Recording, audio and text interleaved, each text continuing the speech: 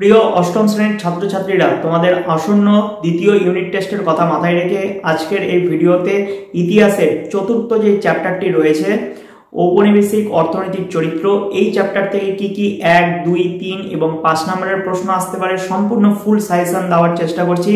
আশা করছি এই প্রশ্ন থেকে বিভিন্ন স্কুলে কিন্তু প্রশ্ন আসতে পারে, তো অতএব প্রশ্নগুলো ভালো মতন দেখে যেও। উত্তরগুলো যদি না পারো অবশ্যই আমাকে কমেন্টে লিখে জানিও, আমি এগুলোর উত্তর পরবর্তী একটা ভিডিওতে দেওয়ার চেষ্টা করব। চতুর্থ অধ্যায় ঔপনিবেশিক অর্থনীতির চরিত্র, এই চ্যাপ্টার থেকে 5 নম্বরের প্রশ্ন যা যা আসতে পারে। 1 নম্বর, চিরস্থায়ী বন্দোবস্ত সম্পর্কে আলোচনা করো। 2, বাংলার কৃষক সমাজের উপর চিরস্থায়ী বন্দোবস্তের প্রভাব কেমন ছিল। 3, রায়তওয়ারি বন্দোবস্তের পরিচয় দাও। 4, মহলওয়ারি বন্দোবস্তের পরিচয় দাও। 5, ব্রিটিশ ঔপনিবেশিক রেল ব্যবস্থার উপর আলোচনা করো। 6 নম্বর, টিকা লেখো সম্পদের বহির্গমন। 7 নম্বর, ভারতের কোম্পানির শাসন বিস্তারের প্রেক্ষিতে রেলপথ ও টেলিগ্রাফ ব্যবস্থার বিকাশের তুলনামূলক আলোচনা করো।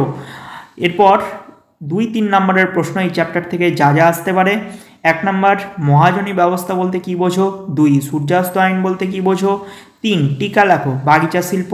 4 নম্বর, কৃষির বাণিজ্যকরণ বলতে কী বোঝো। 5 নম্বর, দাদন প্রথা কাকে বলে।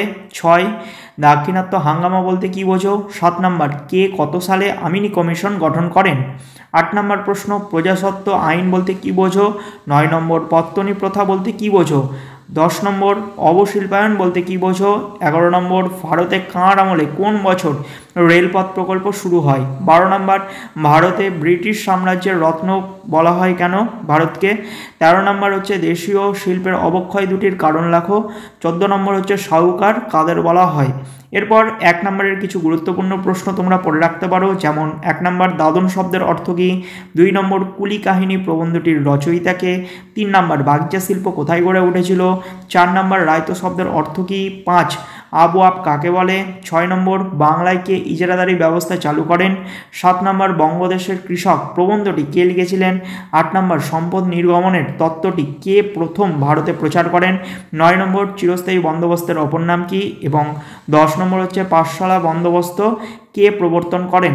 এছাড়াও তোমরা পড়তে পারো এখান থেকে 1 নম্বরের প্রশ্ন হিসাবে 11 নম্বর বলেছে, দেখো কার আমলে ভারতের রেলপথ নির্মাণের প্রকল্প শুরু হয়। 12 নম্বর, ভারতের প্রথম পাট কলকারখানা, আচ্ছা পাট পরে এটা মিস্টেক হয়ে গেছে, পাট কলকারখানা কত সালে কোথায় চালু হয়। 13 নম্বর, ভারতের প্রথম সুতি কাপড় কারখানা কোথায় চালু হয়। 14 নম্বর, এগ্রিকালচারিস্টস রিলিফ অ্যাক্ট কত সালে চালু হয়। 15 নম্বর হচ্ছে সূর্যাস্ত আইন কোন ব্যবস্থার সাথে জড়িত। এই কটা প্রশ্ন পড়লেই এই তোমাদের সম্পূর্ণ চ্যাপ্টারটা কিন্তু তোমাদের পড়া হয়ে যাবে। যদি উত্তর তোমাদের প্রয়োজন পড়ে তবে আমাকে কমেন্ট বক্সে লিখে জানিও। যদি চ্যানেলে নতুন হও প্লিজ চ্যানেলটিকে সাবস্ক্রাইব করো, পাশের বেল আইকনে ক্লিক করো, আর ভিডিওটা যদি উপকার লাগে অবশ্যই একটা লাইক করো।